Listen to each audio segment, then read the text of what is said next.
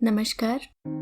आप सुन रहे हैं कहानी गोल्ड। आइए सुनते हैं हम सबकी चहेती लेखिका मालती जोशी जी की लिखी कहानी आवारा बादल। आई गोविंदा आला रे। वह दरवाजे में जाकर खड़ा ही हुआ था कि शालू जोर से चिल्लाई, जैसे गोविंदा नहीं कोई डाकू आ गया हो। आई गोविंदा आला रे। देश पांडे काकी शायद कपड़े धो रही थी। गीली कमीज निचोड़ते हुए ही बाहर आ गईं और रूखे स्वर में पूछा, क्या है रे गोविंद? अविनाश को भेज दीजिए। अभी तो चला गया। कहाँ? स्कूल। इतनी जल्दी कैसे चला गया? अब मेरे को क्या मालूम, जल्दी आने की बोला होगा। लेकिन गोविंद जिरह करने को था कि ऊपर से कपूर आंटी चिल्लाईं, आप भी बहन जी सुबह सुबह किसके मुंह लग रही हैं? मोटी अम्मा। गोविंद बुदबुदाया और दांत पीस लिए। इस नाटक के बाद वहां पल भर भी खड़े रहने का मन नहीं हुआ। जरूरत भी नहीं थी। कॉलोनी की बाहर वाली सड़क पर पहुंचा ही था कि पीछे से आवाज आई, गोविंद, गोविंद, गोविंद भैया। उसने मुड़कर देखा। अविनाश दौड़ा चला जा रहा था। वह रुक गया। कहाँ से आ रहे हो? घर से, उसने हाफते हुए जवाब दिया। तो तुम घर पर ही थे? हाँ, आई के डर से बोला नहीं था। गोविंद चुप हो गया। अब तो उसे आदत सी हो गई है। न इन बातों का बुरा लगता है न गुस्सा आता है। उसे मालूम है कि मोहल्ले की सभी मम्मियाँ अपने छेनों को उसकी छाया से बचाकर रखना चाहती हैं। पर वह यह भी जानता है कि माएँ चाहे कुछ कहें, लड़कों में उसकी एक धाक है। पता नहीं वे उससे डरते हैं या प्यार करते हैं, पर हाँ, उसका अपमान कोई नहीं करता। सब उसकी कृपा दृष्टि चाहते हैं, तभी तो वह उनकी मम्मियों की पिन पिन की परवाह नहीं करता। कई बार तो बच्चों की मम्मियाँ भी उसकी कृपाकांक्षी बन जाती हैं। अभी 2 साल पहले तक कपूर आंटी कितना मस्का लगाया करती थी, बेटे जरा संतोष का ध्यान रखना। पर पिछले वर्ष संतोष को पिलानी में एडमिशन मिल गया और बस उसकी जरूरत खत्म हो गई। वह भी अब गोविंद को आवारा कहने वालों में शामिल हो गई हैं। चल जरा पप्पू के यहाँ होते हुए चलते हैं। क्यों? अरे बाबा, उसने कहा था तुम नहीं जाओगे तो माँ भेजेंगी नहीं। पप्पू यानी कि प्रवीण मेहता। गोरा चिट्टा नाजुक सा शर्मीला सा लड़का। इसी साल वे लोग नागपुर से ट्रांसफर होकर आए हैं। प्रवीण इकलौता लड़का है। आंटी उसे जरा भी आंखों से ओझल नहीं करना चाहती। बड़ी मजबूरी में स्कूल भेजती हैं, इसलिए इस घर में गोविंद की बड़ी आवभगत होती है। प्रवीण एक तरह से गोविंद की कस्टडी में ही स्कूल आता जाता है। माँ बाप के इस अत्यधिक लाड प्यार के कारण ही स्कूल में उसे पप्पू नाम मिला हुआ है, जिसे बेचारा चुपचाप झेलता रहता है। वहां जाकर देखा, ऐसी तैयारी हो रही थी जैसे 10-20 दिन के लिए बाहर जाना हो। वाटर बॉटल, ग्लास, नैपकिन, साबुन, पेपरमिंट की गोलियां, सारिडॉन, बाम। पल पल पर आंटी को याद आ रहा था और वे सामान का अंबार लगाए जा रही थी। पूरा हैंडबैग भर गया था। दोस्तों को देखते ही प्रवीण ने राहत की सांस ली और एकदम उठ खड़ा हुआ। अब रेवा दो बाबा। इसके उत्तर में मेहता आंटी ने स्टील का एक भारी भरकम टिफिन कैरियर सामने लाकर रख दिया। यह क्या? तीनों ने एक साथ पूछा। नाश्ता। लेकिन आंटी, गोविंद बोला, खाने का इंतजाम स्कूल वालों की तरफ से ही है। वहीं पर दाल बाटी बनेगी। हम लोगों से 5-5 रुपए इसी के लिए तो लिए गए हैं। अरे बाबा, खाना 2 बजे के पहले नहीं मिलने का, तब तक पेट में डालने के वास्ते कुछ होना मांगता कि नहीं? इतना? प्रवीण ने याचना भरी दृष्टि से गोविंद को देखा। गोविंद तुरंत पैतरा बदलकर बोला, आंटी, इतना बड़ा टिफिन प्रवीण कहाँ कहाँ लादे फिरेगा, खोने का डर अलग। अच्छा तो आप ऐसा कीजिए, प्लास्टिक की थैलियों में डालकर दे दीजिए। मैंने भी ऐसा ही किया है। अविनाश ने अपना बैग खोलकर चकली और खुरमे के पैकेट्स दिखाए। फिर सारा सामान प्लास्टिक की थैलियों में डाला गया। मेहता आंटी बराबर हिदायत देती रहीं कि कौन सी चीज़ जाते ही खानी है, कौन सी शाम को खानी है, किस चीज़ के साथ कौन सा अचार लेना है, किस चीज़ में मिर्च ज़्यादा है, किस में नमक ज़रा कम हो गया है। सारा तामझाम उठाकर वे सड़क पर चले आए। तब तक उनके निर्देश जारी ही थे। वे जब तक मुड़कर आग से ओझल नहीं हो गए, वे बराबर दरवाजे में ही खड़ी रहीं। घर से दूर होते ही प्रवीण ने छुटकारे की सांस लेते हुए कहा, इकलौता लड़का होना भी एक मुसीबत है यार। यह कहो कि मजे हैं। यह मजे देखो। प्रवीण ने जेब से एक पैकेट निकालकर दिखाया। छोटी सी बैंडेज सहित फर्स्ट एड का पूरा सामान था। आंटी को शायद पिछली बात याद आ गई होगी। अरे ऐसी बातें मैं भूलती ही कब हैं, प्रवीण ने कहा। बेचारा, पिछले महीने स्पोर्ट्स मीट हुई थी। उन लोगों का स्कूल टग ऑफ वॉर में जीत गया था, पर उस रस्साकशी में प्रवीण के हाथ बुरी तरह छिल गए थे। उसके लड़कियों के से हाथों को लेकर साथियों ने बहुत मजाक बनाया था। उस छीटाकशी को तो वह दिलेरी के साथ सह गया था, पर घर पहुंचते ही माँ ने जो हाय तौबा मचाई थी, उससे तो वह शर्म से गड़ गया था। उसके बाद 8-10 दिन तक घर में बंद होकर रहना पड़ा था। इन्फेक्शन के डर से दोस्तों को भी बाहर से ही विदा कर दिया जाता। गोविंद भैया, अविनाश ने चकली का पैकेट निकालते हुए कहा। एक एक पैकेट खाली करते चले, थोड़ा बोझ हल्का हो जाएगा। तुम लोग खाओ, मैं घर से नाश्ता करके चला हूं, अभी भूख नहीं है, उसने रुखाई से कहा और थोड़ा आगे बढ़कर चलने लगा, जिससे उन्हें संकोच न हो। दरअसल उसे झेप लग रही थी, वह एकदम खाली हाथ चला आया था। माँ से कहा होता तो वे इतनी सुबह भी कितना कुछ बना देती, पर कहने का मन नहीं हुआ, न किसी ने उससे कुछ पूछा। आजकल घर का यही रवैया हो गया है, वह कहाँ जाता है, क्यों जाता है, कोई नहीं पूछता। वह जितनी भी देर से लौटे, कोई कुछ नहीं कहता। पहले पापा जरूर थोड़ी डांट डपट कर दिया करते थे, पर अब जैसे उन्होंने भी स्वीकार कर लिया है कि घर गोविंद के लिए सिर्फ खाने और सोने की जगह भर है, इसलिए उन्होंने भी चुप्पी साध ली है। केवल झेप का ही सवाल होता तो चकली का आकर्षण उससे बहुत प्रबल था, पर आज सुबह के प्रसंग के बाद उसे देश पांडे काकी से और उनकी बनाई चीजों से वितृष्णा हो गई थी। यही काकी किसी समय उसको कितना लाड किया करती थी। उन दिनों अविनाश का बड़ा भाई अरविंद उसके साथ पढ़ता और गोविंद का अधिकांश समय उसी परिवार के साथ गुजरता था। पर गोविंद वहीं का वहीं रह गया और अरविंद आगे बढ़ता चला गया। अब तो वह मेडिकल में पहुंच गया है। कभी रास्ते में टकराता है तो बात करते भी जैसे उसे शर्म आती है। उस घर से नाता एक तरह से टूट ही गया था। पर अविनाश इस साल उसकी कक्षा में आ गया तो लगा था कि पुराने धागे फिर से जुड़ जाएंगे। लेकिन जब उसके आसपास का सब कुछ बदल गया है तो देश पांडे परिवार ही कैसे अछूता रह जाता। जिस समय वे लोग पहुंचे, स्कूल के अहाते में बस एकदम तैयार खड़ी थी। लड़के रोज चाहे लेट आते रहे हों, पिकनिक पार्टियों में तो समय से ही पहुंच जाते हैं। देर से पहुंचने वालों में बस वे ही लोग थे और इसके लिए प्रवीण अपनी माँ को लगातार कोसे जा रहा था।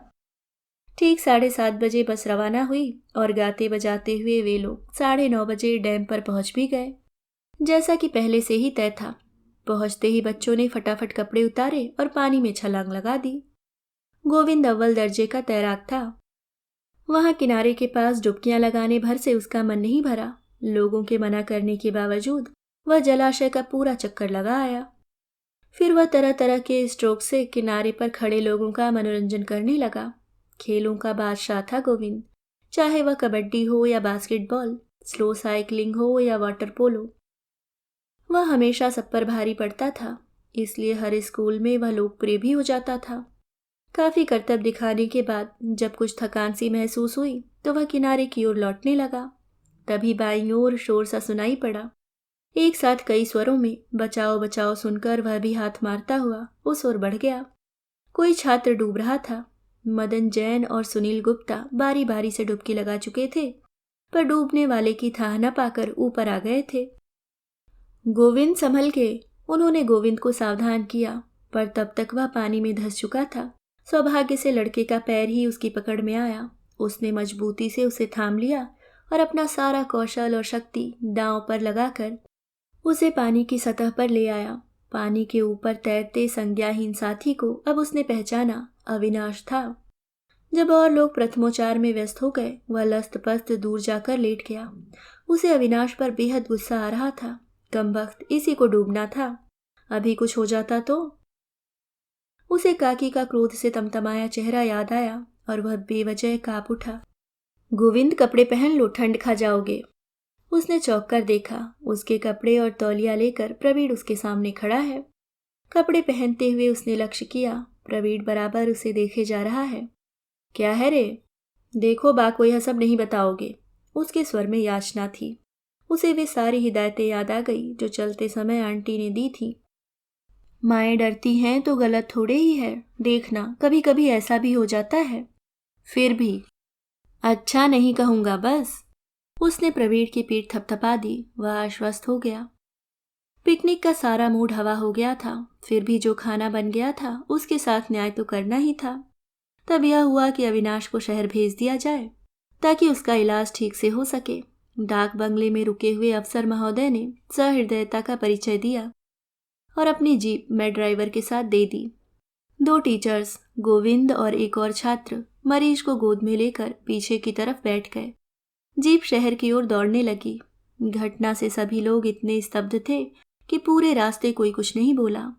इसी रास्ते से वे लोग कैसी मस्ती के आलम से गुजरे थे। और अब शहर की सीमा में प्रवेश करते ही गोविंद ने कहा, पहले इसके घर खबर कर देते सर, वे लोग भी अस्पताल चले चलते। बात सबको जच गई। बतौर गाइड गोविंद सामने वाली सीट पर जाकर बैठ गया। कुछ ही मिनटों में गाड़ी देश पांडे साहब के घर के सामने खड़ी थी। हॉर्न सुनते ही काकी दौड़ी आई। जैसे ही गोविंद ने उन्हें सारी बात बताई, वे एकदम चीख पड़ी। मैं पहले ही कहती थी गोविंद के साथ मत जा, बोलती थी, पर उसको तो यही दोस्त मिला है पूरे स्कूल में। बहन जी, पाटिल सर पता नहीं कब उतर आए थे। गंभीर स्वर में बोले, आपका लड़का बीमार है, पीछे गाड़ी में लेटा है। आप चाहे तो हमारे साथ अस्पताल चलिए। और एक बात याद रखिए, आज गोविंद नहीं होता तो आपका लड़का घर वापस नहीं आता। काकी एकदम आवाक देखती रह गई। उनकी आंखें छलछला आईं। इसके बाद जो नाटक होता वह गोविंद की बर्दाश्त से बाहर था। सर, उसने कहा, मैं बहुत थक गया हूँ, घर जाऊंगा। और उनकी अनुमति की राह देखे बिना वह घर की ओर मुड़ गया। घर एकदम सुनसान था। रविवार की दोपहर तो पापा ने दास गुप्ता अंकल और शतरंज के नाम कर रखी है। उनके घर पर रहने का सवाल ही नहीं उठता। लगता है सीमा भी पड़ोस में टीवी देखने निकल गई है। मिलिंद भी कहीं क्रिकेट खेलने निकल गया होगा। हर रविवार को उनकी टीम अड़ोस पड़ोस की टीमों से मैच खेलती है और 50-55 पर आउट होकर लौटती है। उड़के हुए दरवाजे को ठेलकर भीतर गया तो सामने की दीवार घड़ी पर नजर पड़ गई। 1:30 बज रहा था। उसे याद आया कि 1 कप चाय के सिवाय उसने सुबह से कुछ नहीं लिया है और भूख से उसकी आंतें कुलबुला रही हैं। वह उसी तरह जूते बजाता हुआ रसोई के दरवाजे पर जा खड़ा हुआ। माँ आंगन में धूप सेकती हुई किसी का स्वेटर बुन रही थी। आहट सुनकर भीतर आ गई। एक बार उन्होंने उसके धूल सने जूते देखे, गर्द भरे कपड़े और बिखरे बालों पर एक नजर डाली। फिर चुपचाप दरवाजा खोलकर किचन में चली गई। गैस जलाकर खाना गर्म किया और थाली लगाकर मेज पर रख दी। जब तक वह खाना खाता रहा, वह बुनाई के लिए पास ही कुर्सी पर बैठी रही। मांगने से पहले ही हर चीज उसकी थाली में पहुंचती रही। भूख का पहला आवेग समाप्त होने तक वह कचर कचर खाता रहा। पर बाद में कमरे के उस निस्तब्ध वातावरण में उसे अपनी ही आवाज बड़ी भौंडी मालूम हुई। उसे याद आया, माँ को इस तरह आवाज करते हुए खाना जरा भी नहीं भाता। शुरू में तो वे गोविंद को हमेशा टोक दिया करती थी। उस समय दादी यदि कहीं आसपास होती तो दहाड़ उठती, अब बच्चे को खा भी लेने दो मेम साहब, कायदे कानून बाद में सिखाना। माँ बेचारी कटकर रह जाती। माँ, हमें भी भूख लगी है, हमें भी खाना दो। सीमा और मिलिंद पता नहीं कहाँ से दौड़ते हुए एक साथ घर में दाखिल हुए। अरे अरे, पहले जरा हाथ पांव तो धो लो, बाहर से आ रहे हो ना, माँ ने डपटा। बच्चे उसी तरह शोर मचाते हुए बाथरूम में घुस गए। गोविंद ने एक नज़र चुपके से अपने जूतों पर डाली। एक बारगी उसे ग्लानि हो आई, पर दूसरे ही पल उसका विद्रोही मन फन निकालकर खड़ा हो गया। अपने बच्चों को कैसी तहजीब सिखाई जा रही है। तीसरा कोई उज्जड है तो हुआ करे। उसकी भूख जैसे एकदम गायब हो गई। थाली में आधी रोटी छोड़कर वह उठ गया। हाथ धोते हुए सुना, मिलिंद कह रहा था, भैया रोटी छोड़कर उठे हैं, उन्हें डांटिए। भैया बड़े हैं, उनकी बराबरी नहीं करते। माँ ने हंसकर कहा, हमें क्यों डांटेंगी। अपने कमरे में जाते हुए वह बुदबुदाया, हम उनके कौन लगते हैं। उसका कमरा यानी कि छत के सिरे पर बना हुआ छोटा सा टीन शेड गर्मियों में बिस्तर पलंग आदि रखने के लिए बनवाया गया था। उसे अच्छी तरह ढाँप ढूंप कर 2 साल में गोविंद ने उसी में डेरा डाल लिया है। कभी कभी वह बेतरह गर्म हो जाता है, पर एकांत के लालच से गोविंद उसे छोड़ता नहीं। पता नहीं क्यों इन दिनों उसे सबसे अलग अलग रहना ही अच्छा लगता है। सर में जैसे हथौड़े चल रहे थे। उसने एक रुमाल कसकर बांधा और बिस्तर पर लेट गया, पर जरा सी करवट लेते ही वह दर्द से कराह उठा। दाहिनी बाजू में बला का दर्द हो रहा था। तब जोश में पता नहीं चला था, पर अविनाश को बाहर निकालना उसे बहुत भारी पड़ा था।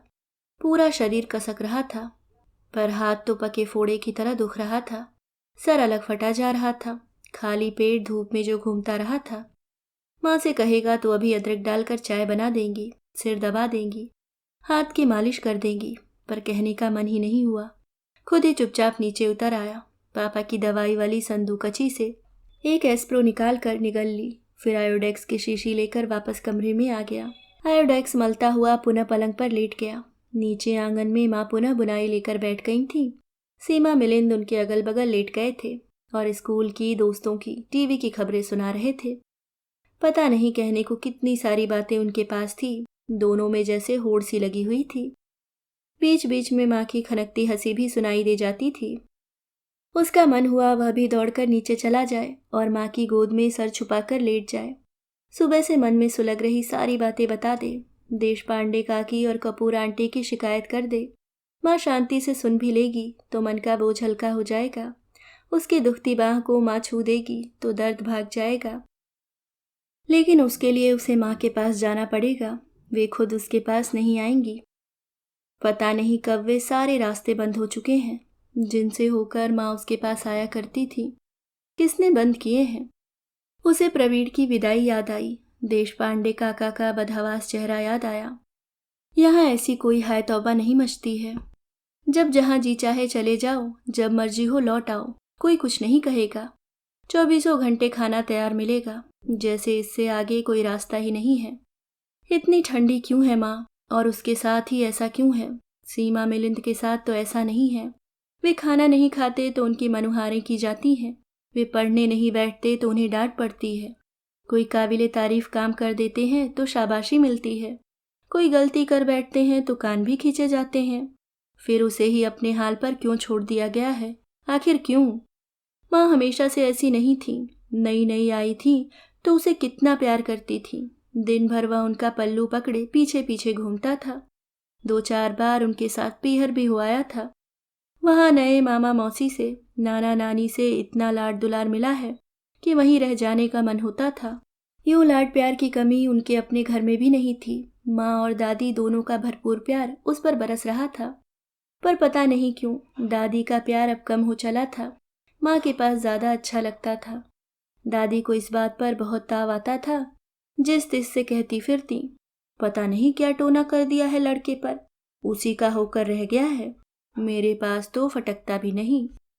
पास पड़ोसी ने हंसकर कहती, अच्छा तो है माँ जी, अब आपकी उम्र कोई बच्चे पालने की रह गई है। आप तो अब निश्चिंत होकर भजन पूजन कीजिए। अरे काहे की निश्चिंती बिन्नी, दादी कहती, 4 दिन की चांदनी है बस। गोविंद खुद बड़ा पसोपेश में रहता। उसकी नन्ही सी जान हमेशा सासत में रहती। दादी को नाराज करने का मन नहीं होता, पर माँ का आकर्षण भी प्रबल था। जीवन में पहली बार इस मधुर महत्व का स्वाद पाया था। उसका मोह छूटता नहीं था। माँ और दादी दोनों ही उस पर जान छिड़कती थीं, पर दोनों में एक बुनियादी फर्क था।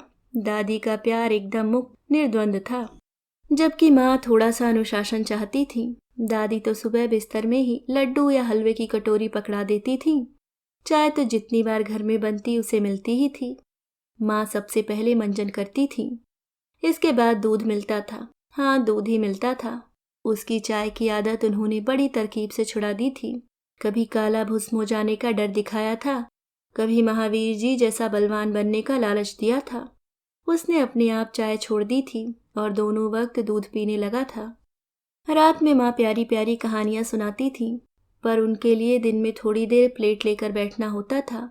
उसके साथ वाले लड़के स्कूल जाने लगे थे। माँ का बस चलता तो उसे भी भेज देती, पर हाई कमान की मर्जी के आगे बेबस थी। दादी अभी से दूध मुहे बच्चे को जेल खाने में नहीं ठूंसना चाहती थी। माँ के आने से पहले वह घर में कम ही टिकता था। दादी के साथ मंदिरों की सैर करता था या महेश के साथ खेलने के लिए बुआ के यहाँ निकल जाता। अक्सर वह रोज ही शाम को रामू के कंधे पर चढ़कर बस अड्डे का चक्कर लगा आता था। जब भी बाजार जाता, दादी रुपया 2 रुपया पकड़ा देती थी। माँ के आने के बाद भी रामू के साथ घूमना बदस्तूर जारी रहा, पर दादी अगर घर पर नहीं होती तो उसे खाली हाथ ही जाना पड़ता। दादी को पता चलता तो बहुत खफा हो जाती। उनके सामने जब भी घूमने निकलता वे पूछती, पैसा टका कुछ दए है महतारी ने कि ऐसो ही चले हो। फिर अपने बटुए से रुपया निकाल कर पकड़ाती और सबको सुनाकर कहती, अरे छोटे लोगों के मोड़ा मोड़ी भी चवन्नी अठन्नी लेकर निकलते हैं।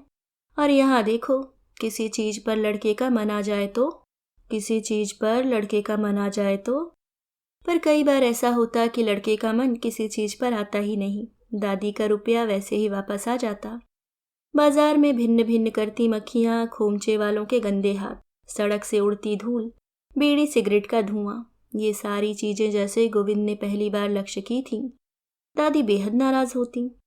मेम साहब लड़के को एकदम अंग्रेज बनाए दे रही हैं। 2 घड़ी मन बहला आता था बेचारा, अब वह भी छूट गया। इन सब चीजों के छूट जाने का गोविंद को जरा भी मलाल नहीं था। उनसे अच्छी चीजें रोज घर में बन रही थी, पर दादी को जैसे विश्वास ही नहीं होता था। वह भी सर्दियों की ऐसी ही एक गुनगुनी दोपहर थी। इसी आंगन में दादी अपने बड़े से पलंग पर लेटी थी और श्यामा खवासन उनके पैरों में नारायण तेल की मालिश कर रही थी। उसकी तीखी गंध से घबराकर माँ ने अपनी कुर्सी दूर चमेली के नीचे लगा ली थी। वहीं बैठकर वे गोविंद के लिए 3 रंगों वाला स्वेटर बुन रही थी। दादी का यह पलंग गोविंद को बड़ा प्रिय था। इस पर बस का खेल बहुत अच्छा जमता था। रामू के साथ रोज बस अड्डे की सैर करके वह इस हुनर में पारंगत हो गया था। उन दिनों बस ड्राइवर उसकी कल्पना का सबसे आदर्श पुरुष हुआ करता था। जब भी कोई पूछता, गोविंद बड़े होकर क्या करोगे, वह झट से जवाब देता, बस चलाऊंगा। तब नहीं पता था कि वह अपने मुंह से अपनी ही भविष्यवाणी कर रहा है। दादी उसकी परमानेंट पैसेंजर थी। कभी माँ और कभी मेहरी को भी वह जबरदस्ती अपनी गाड़ी में बिठा लेता था। पर श्यामा उसे सबसे अच्छी लगती थी। आंखें मटकाकर ऐसी लच्छेदार बातें करती कि बस। हमेशा उसे डिलीवर बाबू कहकर बुलाती, कभी नाम नहीं लेती। उस दिन भी श्यामा को देखकर वह मूड में आ गया था। पहले तो उसने मुसाफिरों को टिकट बांटे, फिर बचे हुए कागज की बीड़ी बनाकर कान पर रख ली। दादी और श्यामा उसकी अदा पर मुस्कुरा दी। इससे उसका उत्साह बढ़ गया। माँ की नजर बचाकर उसने बीड़ी का एक भरपूर कश लिया। वे दोनों खिलखिलाकर हंस पड़ी। वह काल्पनिक धुएं के छल्ले बनाने लगा।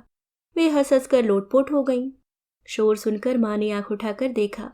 उसने तुरंत बीड़ी फेंक दी और वह गाड़ी स्टार्ट करने लगा। पर गाड़ी किसी जिद्दी बच्चे की तरह अड़कर बैठ गई थी। किसी तरह स्टार्ट ही नहीं हो रही थी। साली तेरी! उसके मुंह से यह भारी भरकम गाली सुनकर श्यामा तो हंसी से दोहरी हो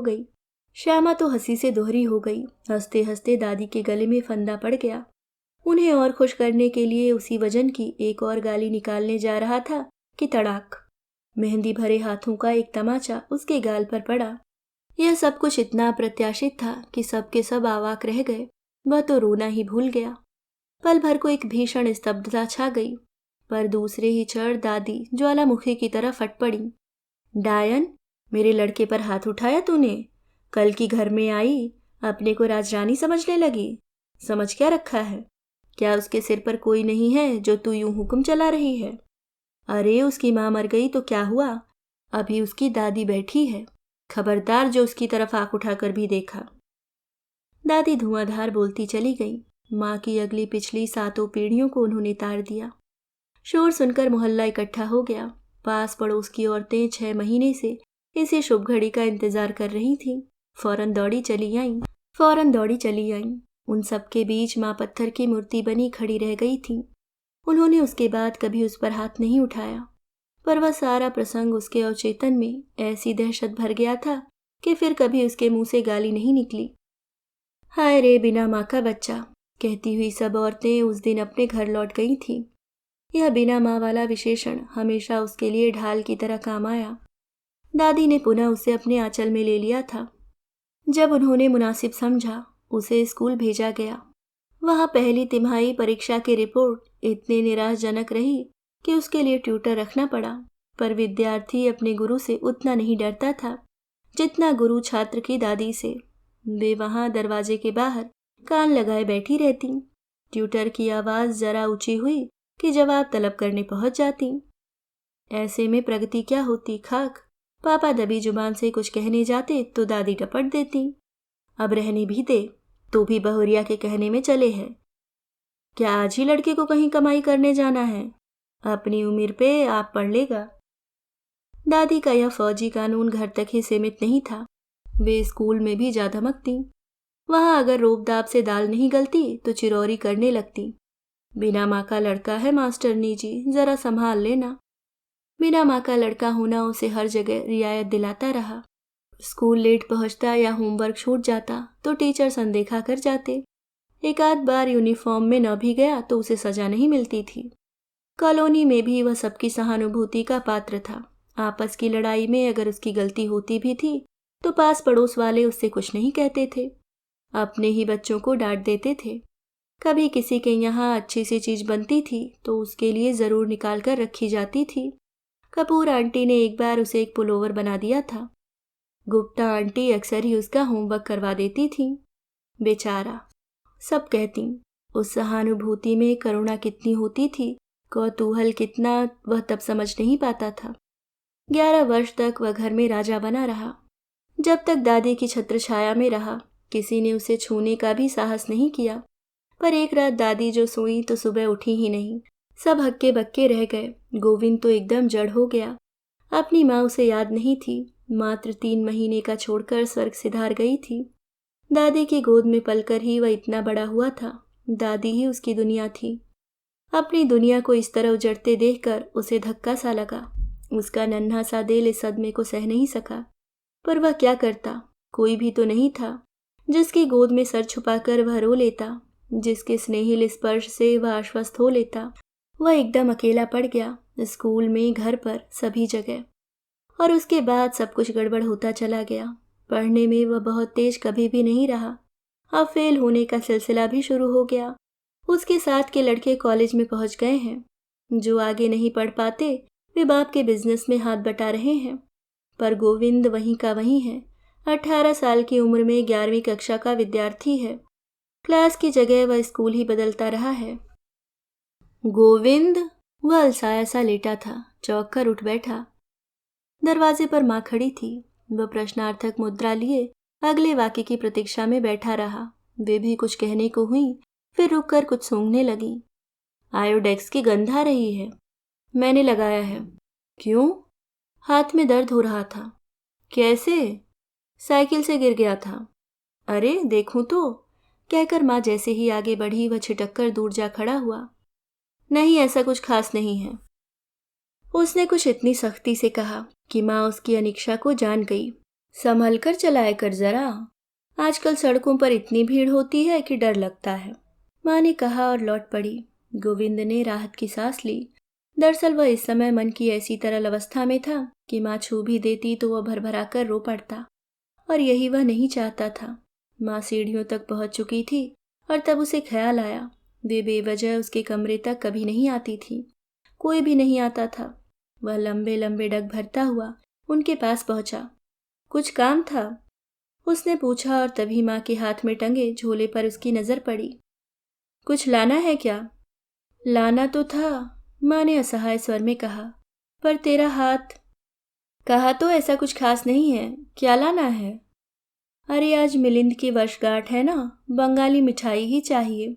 तेरे पापा पता नहीं कब लौटेंगे, आते ही उन्हें झोला पकड़ा दिया तो तेरी बुआ जी मुझे 10 बातें सुनाएंगी।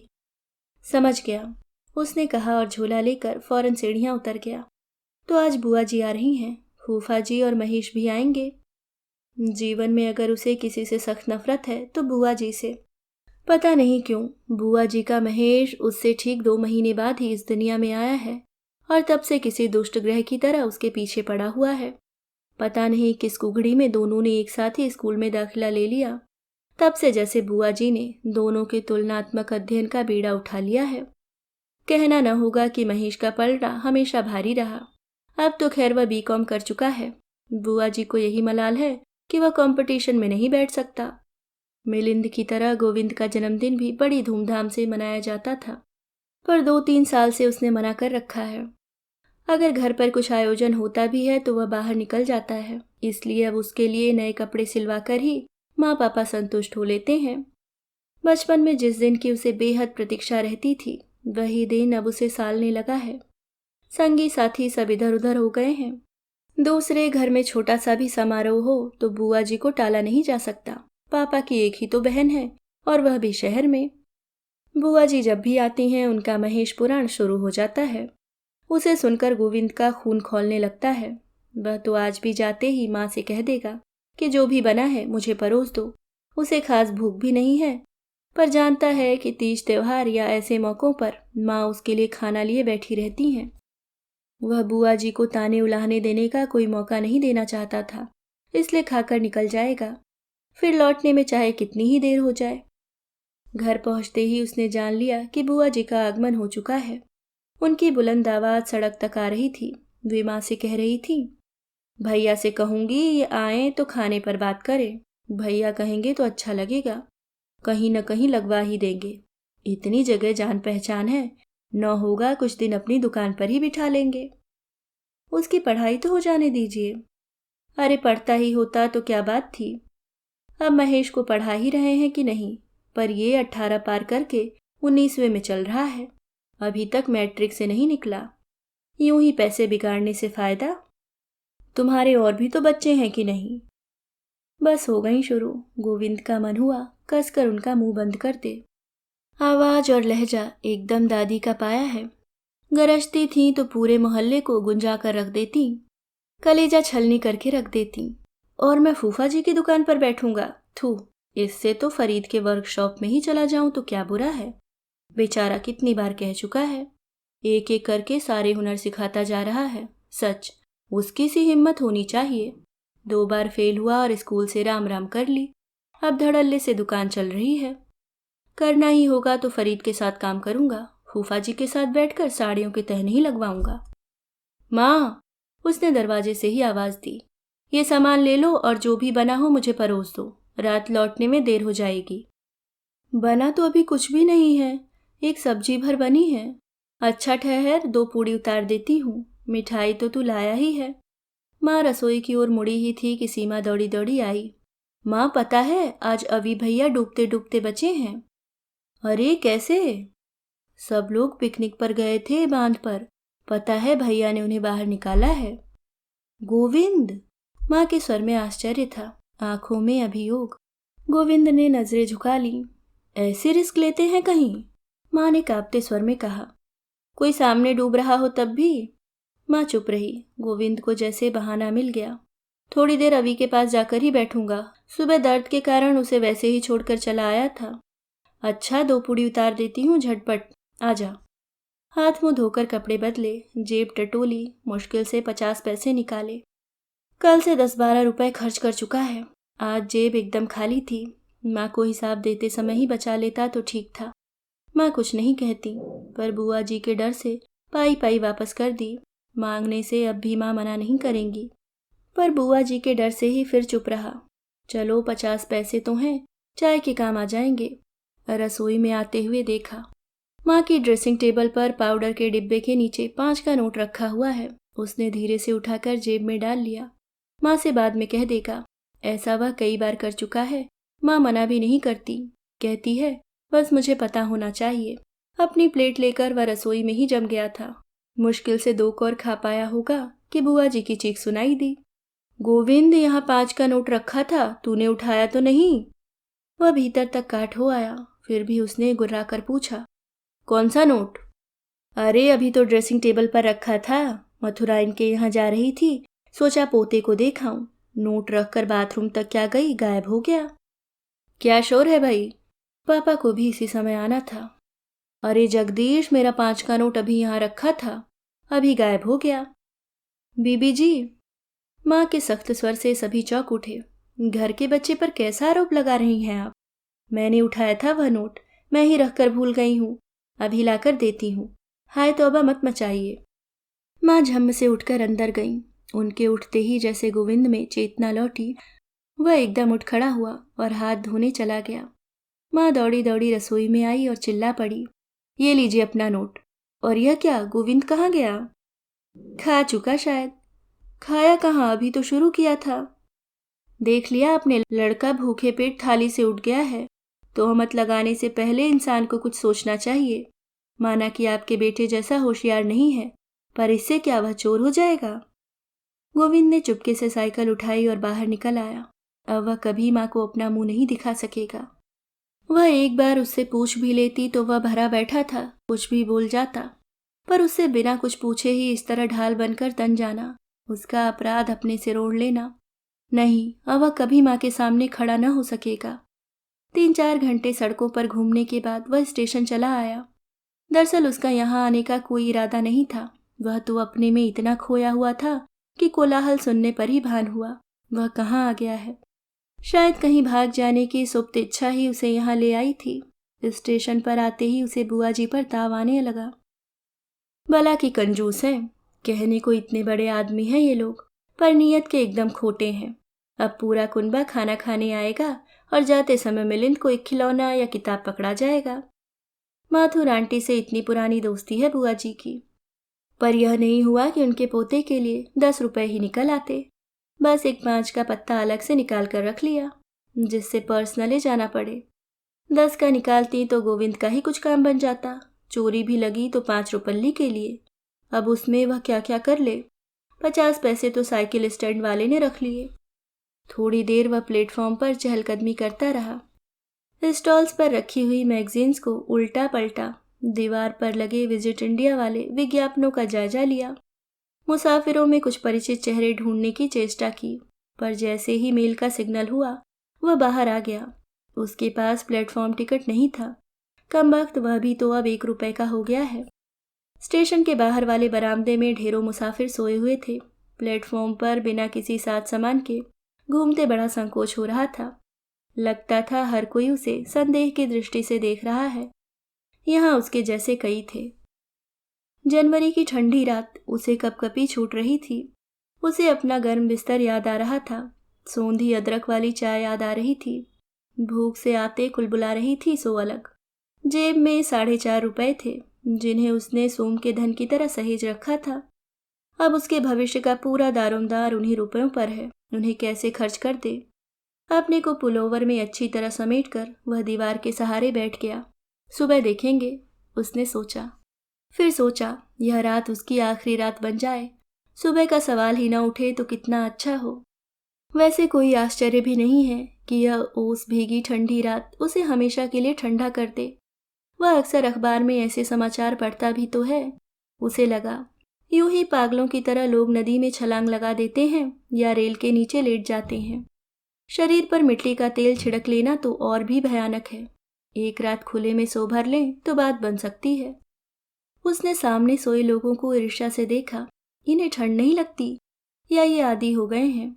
एक पतली सी चादर, एक फटा सा कंबल भी इनके लिए काफी है। उसे तो पूरी बांह के स्वेटर और कोट में भी कपकपी छूट रही है। सारा शरीर जैसे सुन्न हुआ जा रहा है। बैठे बैठे कब जमीन पर लुढ़क गया पता ही नहीं चला। पता नहीं कितनी रात बीत गई थी जब उसे लगा कि कोई हिला रहा है। बड़ी मुश्किल से आंखें खोली तो टॉर्च की तेज रोशनी तीर की तरह जा चुभी। उसने पुनः आंखें बंद कर ली। गोविंद, ए गोविंद, उसे आवाज पहचानी सी लगी। उसने फिर से आंखें खोली। हथेली से टॉर्च की रोशनी को छेक कर देखा। देश पांडे काका थे, साथ में कॉर्नर वाले गुप्ता अंकल भी। वाह भैये, अच्छा ठंड में मारा हमें, अब चल उठ। आप लोग यहाँ झक मार रहे हैं? उठ चल, चल उठ, घर चल। घर का नाम सुनते ही जैसे उसके दिमाग में बिजली कौंधी। तो वह स्टेशन पर पड़ा हुआ है, गरीब फटेहाल लोगों की तरह नंगे फर्श पर लेटा हुआ है। घर से भागा हुआ लड़का। बस उसकी यशोगाथा में यही एक कसर तो रह गई थी। कल को पूरी कॉलोनी में बात फैल जाएगी। देखने वालों की नज़रों में हिकारत और बढ़ जाएगी। उपहास के लिए लोगों को एक और विषय मिल जाएगा। नहीं, अब वह घर कभी नहीं जा सकता। पर वे लोग जो उसे ढूंढते हुए यहाँ तक पहुंचे थे, कच्चे नहीं थे। चल रे बाबा, देश पांडे काका ने कहा और उसे पकड़कर खड़ा किया। उसे लगा वह चक्कर खाकर गिर पड़ेगा। जरा पकड़ना गुप्ता जी, लड़का ठंड खा गया है।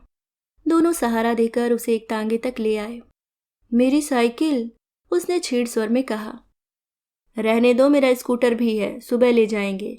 ऐसी हालत में तो तू स्कूटर पर भी बैठ नहीं पाएगा। अक्खी रात तेरे को ढूंढा बाबा, कुएं बावड़ी सब देख लिए। तेरा पापा तो सर पकड़ कर बैठ गया है, बोलता इच नहीं। देश पांडे जी, मैंने तो पहले ही कहा था, गुप्ता अंकल बोले। सबसे पहले रेलवे स्टेशन चलिए। आजकल जो लड़का घर से निकलता है अमिताभ बनने के लिए सीधा बंबई भागता है, पर आप लोग माने ही नहीं। अरे इसकी माँ बोली ना, गुस्सा करके गया है, इस वास्ते हम डर गया। जवान लड़कों का कोई भरोसा है साला, गरम खोपड़ी होती है इनकी। क्यों रे गोविंद, बुआ जी से कुछ झगड़ा हुआ था? नहीं तो अंकल। पता नहीं भाभी की उनसे जमकर लड़ाई हुई है। रोती जाती थी और कहती जाती थी, आपकी वजह से लड़का घर से गया है। बेचारा थाली पर से भूखा उठकर चला गया। उसे कुछ हो गया तो मैं जिंदगी भर आपका मुंह नहीं देखूंगी। भाभी को इतना गुस्सा होते पहले कभी नहीं देखा। बेचारी बुआ जी की तो बोलती ही बंद कर दी। माँ उसके लिए रोई हैं, सच। उसके लिए लड़ी हैं, सच। खुशी से उसका मन नाच उठा। अब वह निश्चिंत होकर घर लौट सकेगा। लोग उपहास करेंगे, उसे डर नहीं है। हिकारत से देखेंगे, उसे परवाह नहीं है। अब वह जमाने भर के ताने उलाहने सह सकता है। मुंह छिपाने भर की जगह उसे मिल गई है। आप सुन रहे थे मालती जोशी जी की लिखी कहानी आवारा बादल।